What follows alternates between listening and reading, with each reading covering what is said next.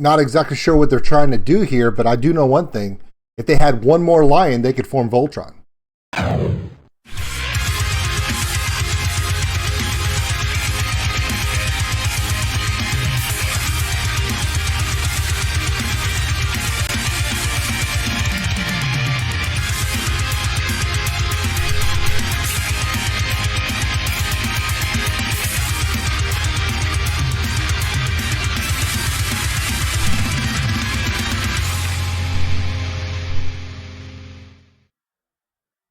There it is. There's the red lion, blue lion.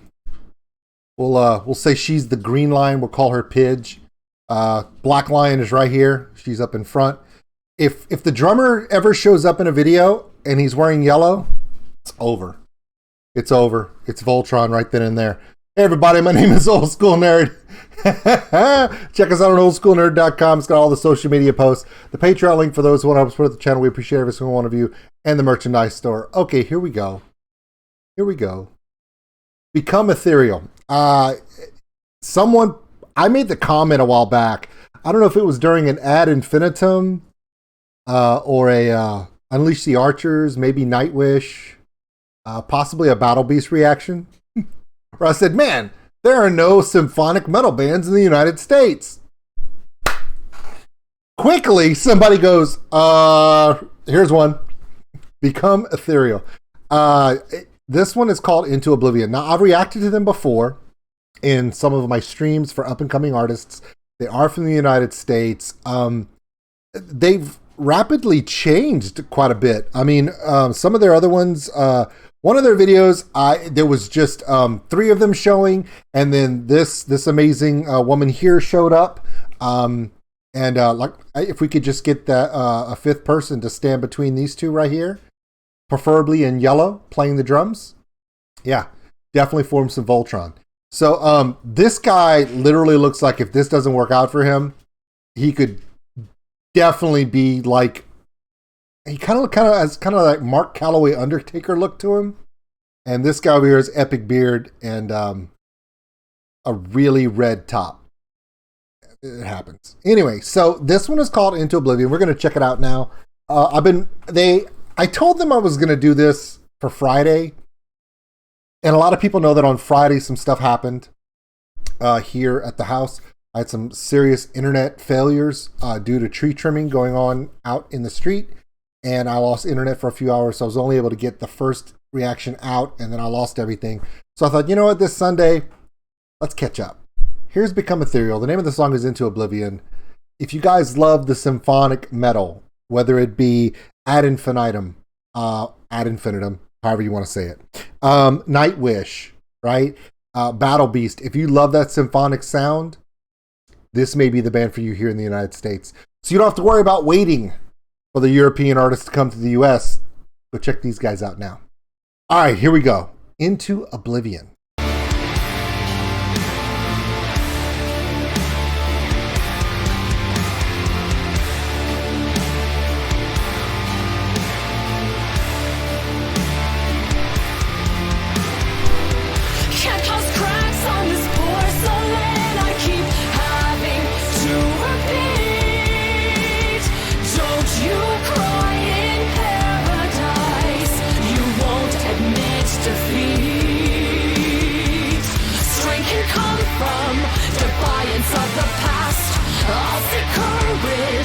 Just to make it last. I've been free falling into oblivion. Will this finale be my conviction? Paint me an illusion worthy of perfection. Tell me what I want to hear. Turn me in the right direction. Strength can come from defiance of the past. I'll seek courage just to make it last. I've been free falling into oblivion. Will this finale be my conviction? couple things that I want to share. I really enjoy this. This violin player in the last video we saw, she was not playing a violin. She was playing a guitar. So obviously she plays multiple instruments, which is awesome. One of my favorite things when you're dealing with symphonic metal is unless the band is playing with a philharmonic or a symphony, you don't get the symphonic metal feel in a live sense. But hey, if you're going to be symphonic metal, play a violin too. That means it's legit. A couple other things I want to point out that I want to know. Her voice is powerful. She can go very high. This one is more of a rich tone than the last song I heard from them, which is interesting. I enjoy that. If you're going to do symphonic metal, so many of the women who sing in symphonic metal bands are opera trained. You know, like a Florianson kind of situation where they can just belt up and you're like, oh, you know, Epica, Nightwish, that style. Then you have the sultry songstresses, and to those would be like an Ad Infinitum, a Melissa Bonney. And then you have those ones that are my favorites. Now, I love Melissa Bonney. I really, really do. And I love Florianson. Okay. But my favorite singers in the symphonic power metal genre are the sultry singers. And that would be like a Nora Luhimo and this woman right here. They have that underlying Ann Wilson power that, yes, they can do all those different things, but there's this resonance in that lower register that when they show power, you're like, okay, they just don't go high and pierce glass. They actually will punch you right in the chest with a low note. And you're like, whoa, I do enjoy that. A few other things that I'm noticing. The guitarist, this one right here. I'm totally digging his guitar. Love the look. I love this classic guard here. You just don't see them very often anymore. Great boots guy. Love the vest.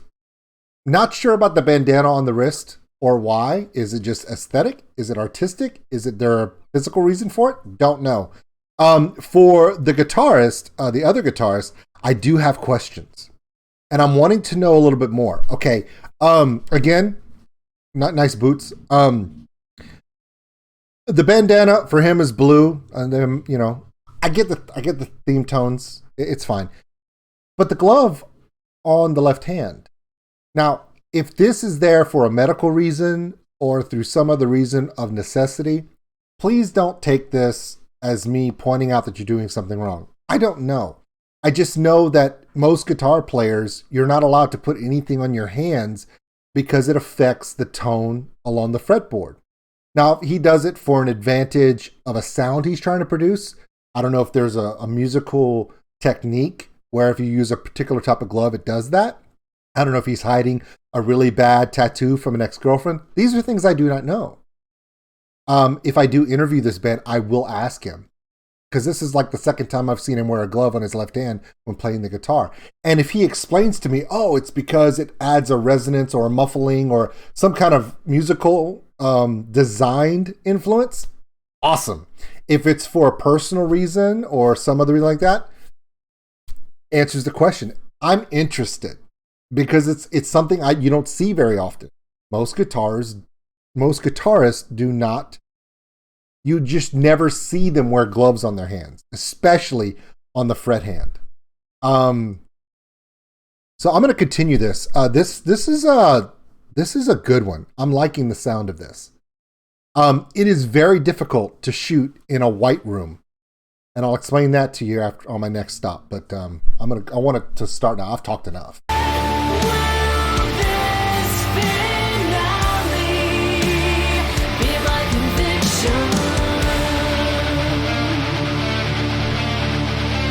That's a build. I like that.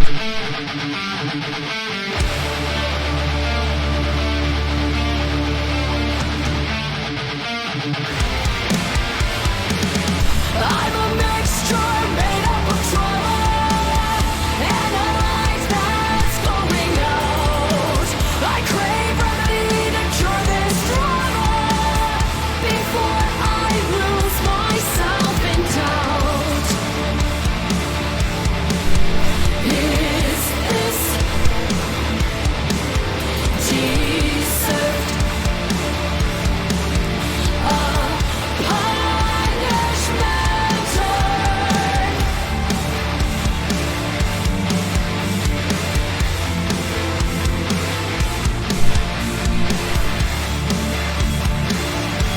You saw that? They tried to form Voltron.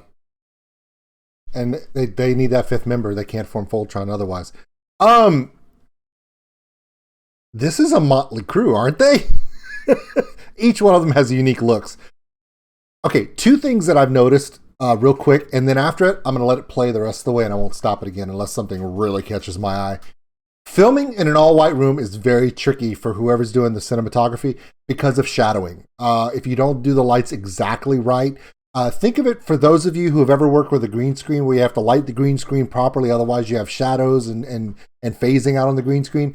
It's even worse in a white room because you have to have lights in every possible angle to eliminate all shadowing. It's very difficult, especially when everyone is wearing dark colors, because even they show shadows even more. One of my favorite parts is the gentleman on the top. We're just going to call him Blue Lion.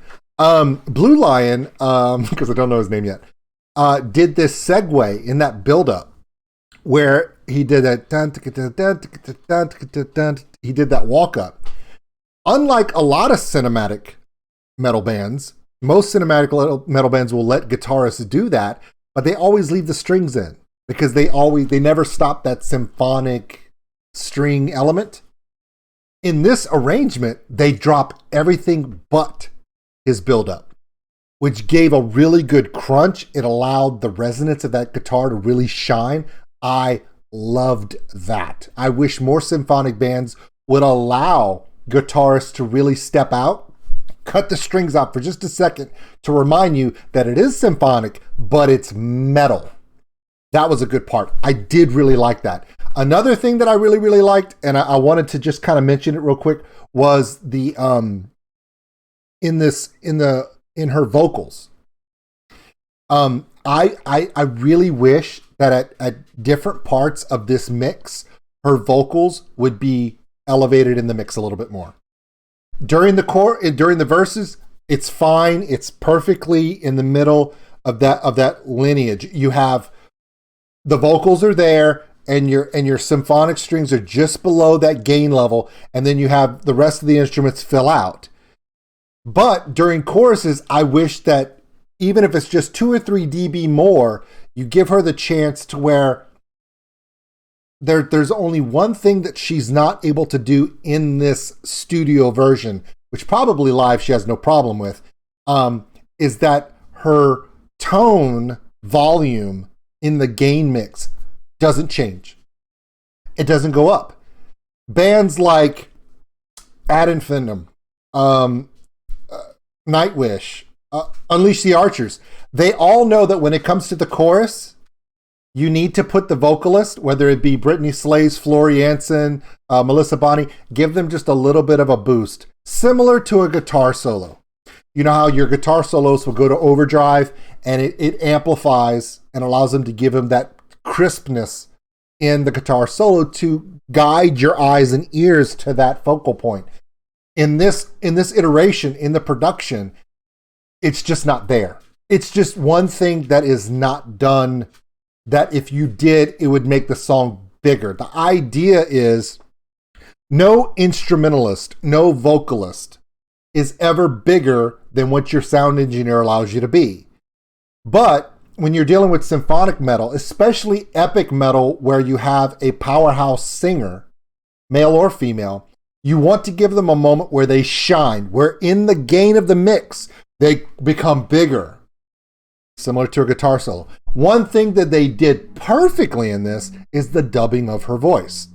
I don't know how many layers she has, but it's at least 2, possibly 3 vocal layers. As she's singing, you can hear her harmonizing, dubbing within herself. It is a common thing that's done in all symphonic metal and power metal, where you allow the singer to be dubbed in the track in layers to where it almost sounds like they're a one-person choir. But if you don't, and it's just clear tone without effects and without layering, it'll sound very hollow. And in a symphonic metal tune, or any power metal tune, but specifically in symphonic metal like this, it has to become goddess level. It's got to become something where it's ethereal. See what I did there? So that's something they do great in this mix. Whoever produced this and sound mixed this, the engineer did a great job of layering it. I just wish that on certain parts of the chorus, they would elevate her in the gain to where her vocals would just hit you harder above everything else. That's the only thing. But I'm nitpicking here, and it's just my personal opinion. But I'm really nitpicking. Overall, it's excellent. And I'm really excited this band is in the United States, which means technically I can go see them soon. I just need to know where they're going to be playing next. I've been known to drive places. Just saying. Hit me up.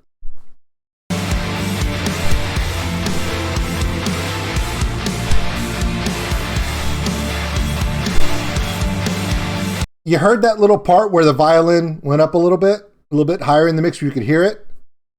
This is a video. This is me nitpicking on the video. The shot of her playing the violin isn't on the part where you hear the violin. Watch. Watch. This little part where you hear the violin, she should have been focused on the camera at that part.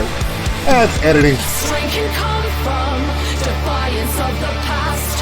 I'll seek courage just to make it last. I've been free falling into oblivion. Will this finale be my conviction? I've been free falling into oblivion. Will this finale be my conviction?